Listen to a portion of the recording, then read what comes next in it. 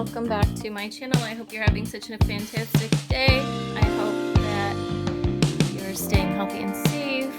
I hope you're not catching any of the flus that are going around right now. Today we're going to make an adorable hand.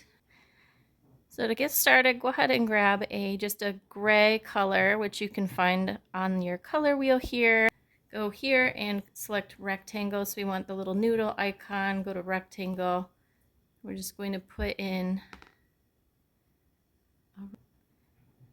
and voila, we have our background and we have a border that we've created, which I think looks fabulous. And then we're going to go ahead and just alpha lock that rectangle layer. And what that did now is we can go ahead and just draw all over it. And we don't do anything to our snazzy border. And to get started, I'm going to grab I like to work with water pen.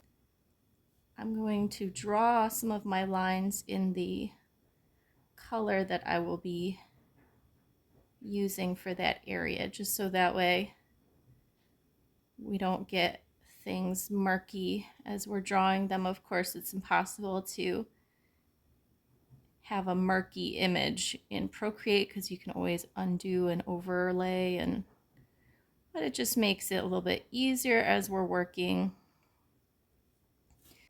Okay, so then I'm just going to start drawing in.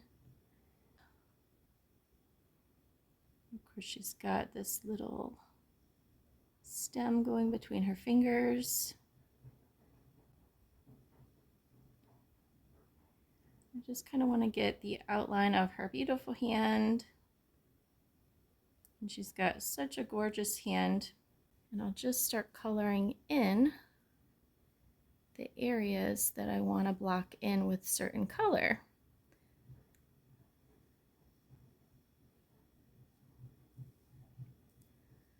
So I'm going up to the edge of her thumb with this light peach color, kind of going over the white, blending it together a little bit as I work. I'm going to go over the fingers, leaving some space where there's still untouched canvas, if you want to call it that. And I'm just kind of blocking in some of these shapes. Now she has a little bit of light hitting the tip of her finger there, coming down like so. And you'll see that when we blend the lights and the darks together, it's ultra satisfying. More shading. So I just kind of make little squiggles. And then I use my blendy tool.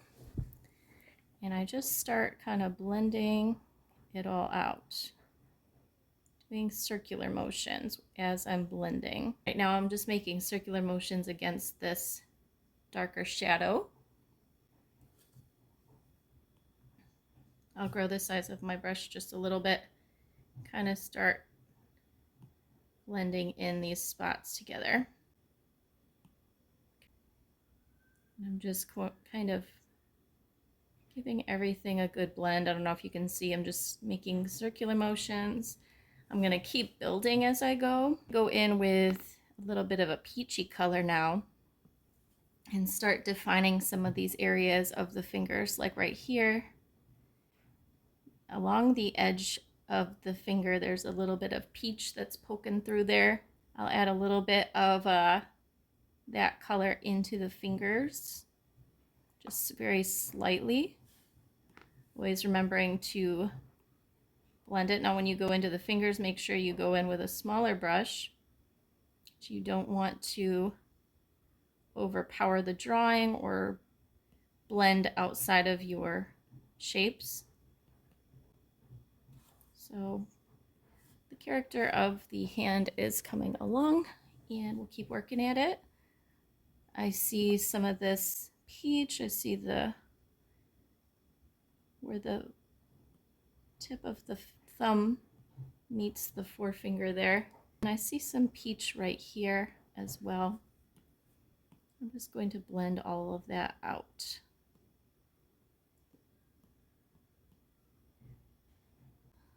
So now I'm going to go in with this brown, and I'm going to start defining the lines of the hand a little bit better. You want to be careful. You can kind of tap it if you aren't so sure about where you're laying down your little lines. And maybe give it another layer of shading.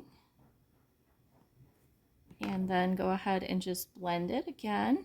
And you'll find that it's just easier, even though there's so many fail-safes in a program like Procreate, to go back and fix your work and everything there. It's just a lot easier if you can get it right the first time. So one way to do that is by building up the color. But I love blending in Procreate because I feel that I can achieve the pastel look without that dustiness.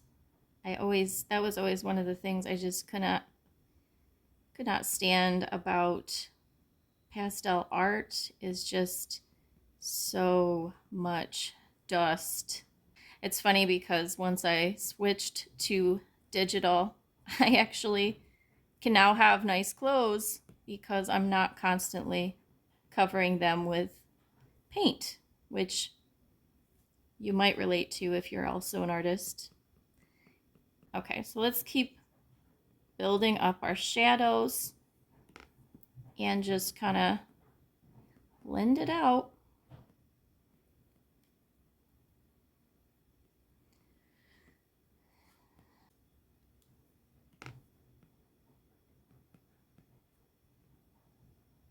Giving a bit of a pink edge to these fingers.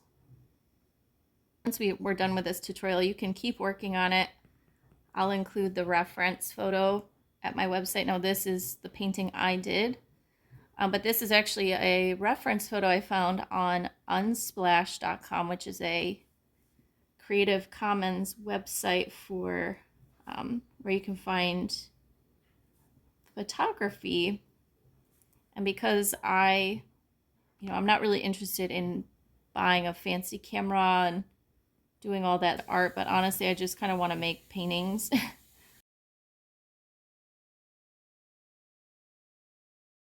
So the stem that I'm drawing in is a dark red, and it transitions to a light green in spots, and to a black. So down at the bottom, you'll notice it's a little bit more black. As we transition to the top, it's going to be more of that light green. So when it comes to the leaves, we're going to just go into our green, and we're going to select different colors for each of our leaves. The first couple leaves are going to be of a light green, but I'm just going to change the color up. It's pretty random how I'm selecting my color for this. I just want a bit of a light green, and you'll go ahead and add in your light shading wherever the light is hitting the leaf, and some dark shading wherever the leaf is starting to fold in just a little bit on itself. This one has a little bit of a shadow towards the top and lightens on its way down, so I'll just kind of put in those colors like that. And I'll put in some lighter color here and anywhere where the light is hitting the leaf, and then you can just kind of blend it all out. Why does the hand look like she's wearing dental gloves? I just kind of realized that. Now,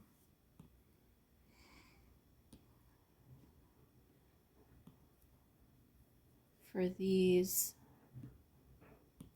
leaves, some of the leaves are more of a black or have black accents to them. And so I'll just kind of block in where I see that black color. And now when I'm doing organic shapes, I don't feel as much of a pressure to make my picture look exactly like the reference, because the shapes are already organic, and so you can kind of fake it a little bit. I really just use the reference as largely as a guide. So you can keep to the reference photo as much as you want. I know for a demo it might be nice if I did that, but I just don't feel like it's necessary always to do that.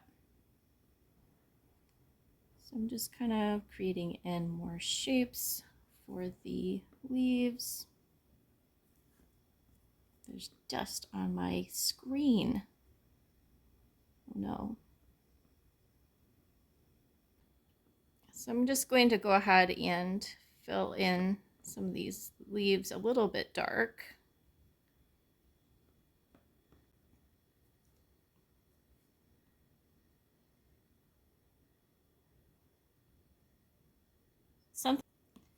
So even like right here, there's a bit of a reflection right there. So I'm going to blend that out.